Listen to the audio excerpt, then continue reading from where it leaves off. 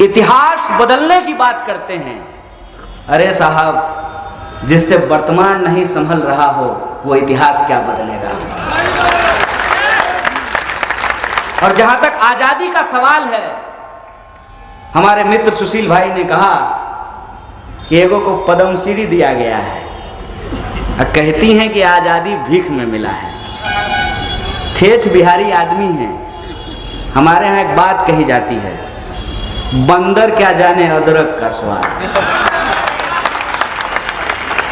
और अगर हम और बेगूसरैया भाषा में बोलें तो कहते हैं उसको बानर क्या जाने आदि का स्वाद।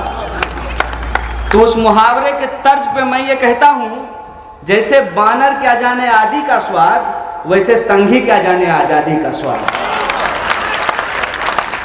जो आजादी के लिए लड़ता है, जिसने कुर्बानियां दी हैं, जो उस विरासत से अपने आप को जोड़ करके देखता है, वो उसके महत्व को समझता है। आजादी की बात हम भी करते हैं, आजादी का नारा हम भी लगाते हैं। देश से आजादी नहीं चाहते, देश के लोगों की जो समस्याएं हैं उन समस्याओं से आजादी चाहते हैं। कि आजादी यूं ही नहीं मिलती है, आजादी लीज पे नहीं है, आजादी भीख में नहीं है। भीख में पुरस्कार मिलता है, आजादी नहीं मिलती है। चापलूसी करने से पद मिलता है, अधिकार नहीं मिलता है। सोच करके मुझे बताइए, ये इतनी आसान बात है कि मंदिर में जाने वाला, मस्जिद में जाने वाला, तिलक लगाने वाला, टोपी पहनने वाला, दोनों का वोट बराबर होगा। फॉर्च्यूनर पर चढ़ने वाला, साइकिल पे घूमने वाला, दोनों का वोट बराबर होगा।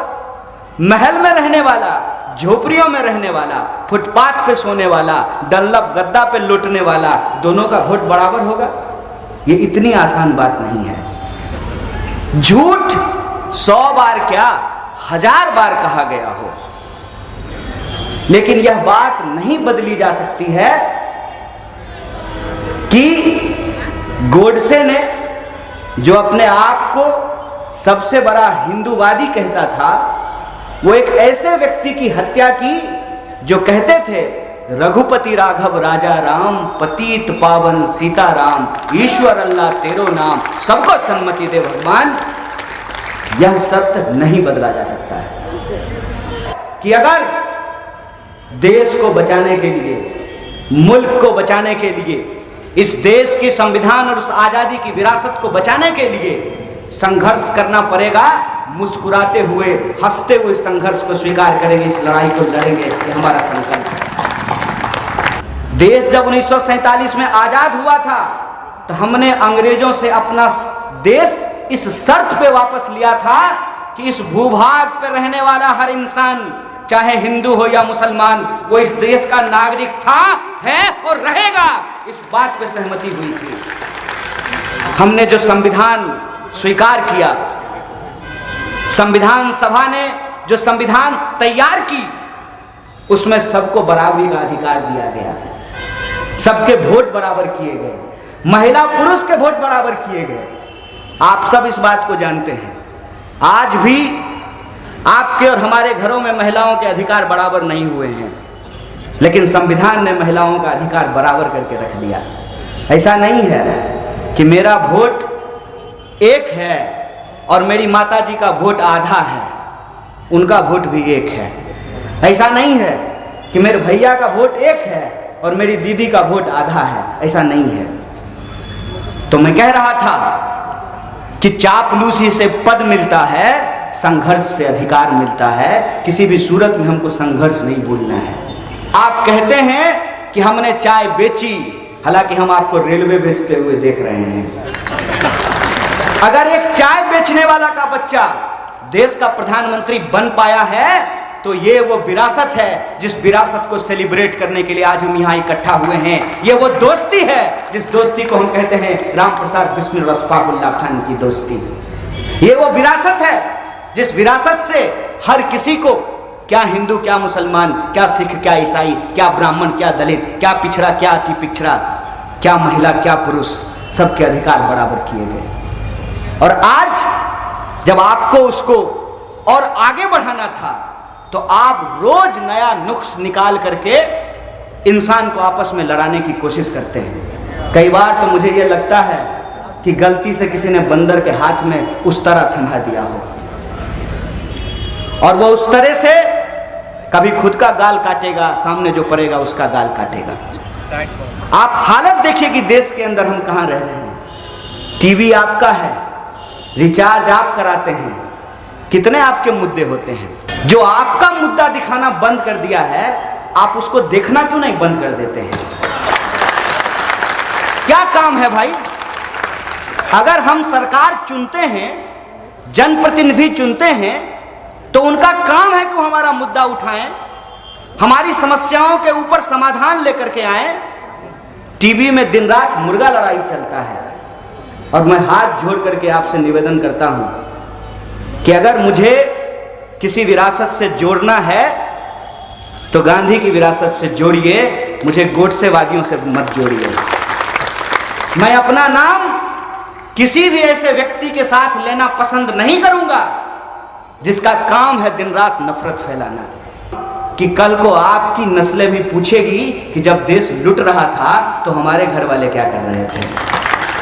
आपको यह तय करना है, जिनको देश बेचना है वो भाजपा के साथ जाएं और जिनको देश बचाना है उनको कांग्रेस के साथ आना पड़ेगा।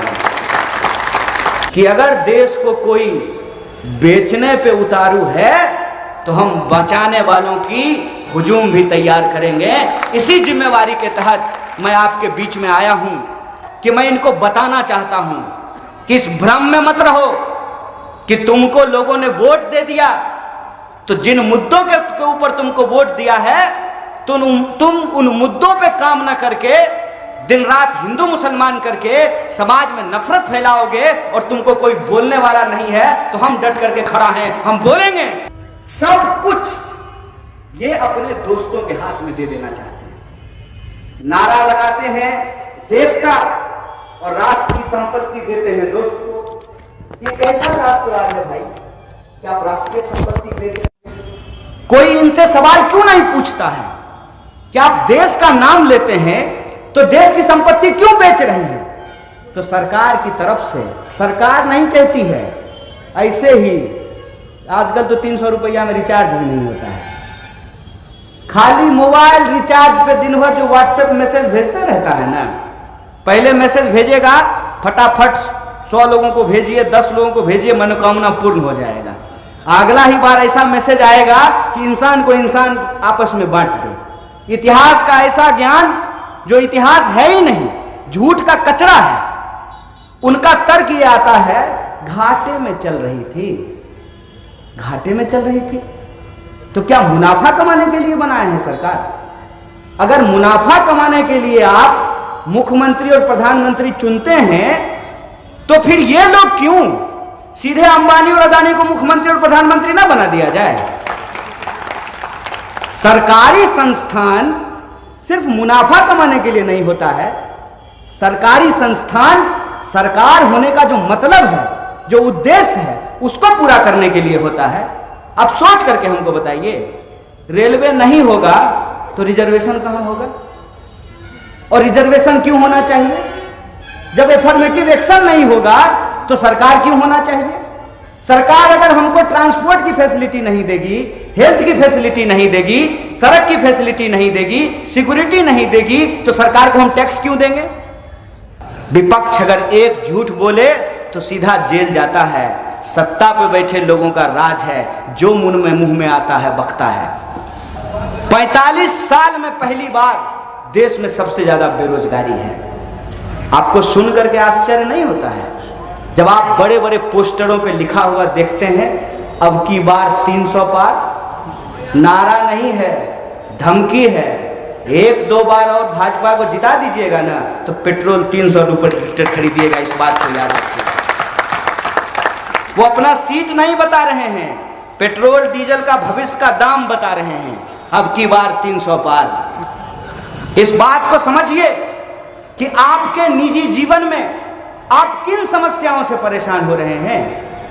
मैं अपने साथी के घर पे गया, बीचों बीच बाजार में दिन में मच्छर जो है ना हिंदी का गाना गुनगुना रहा था आपके आ जाने से।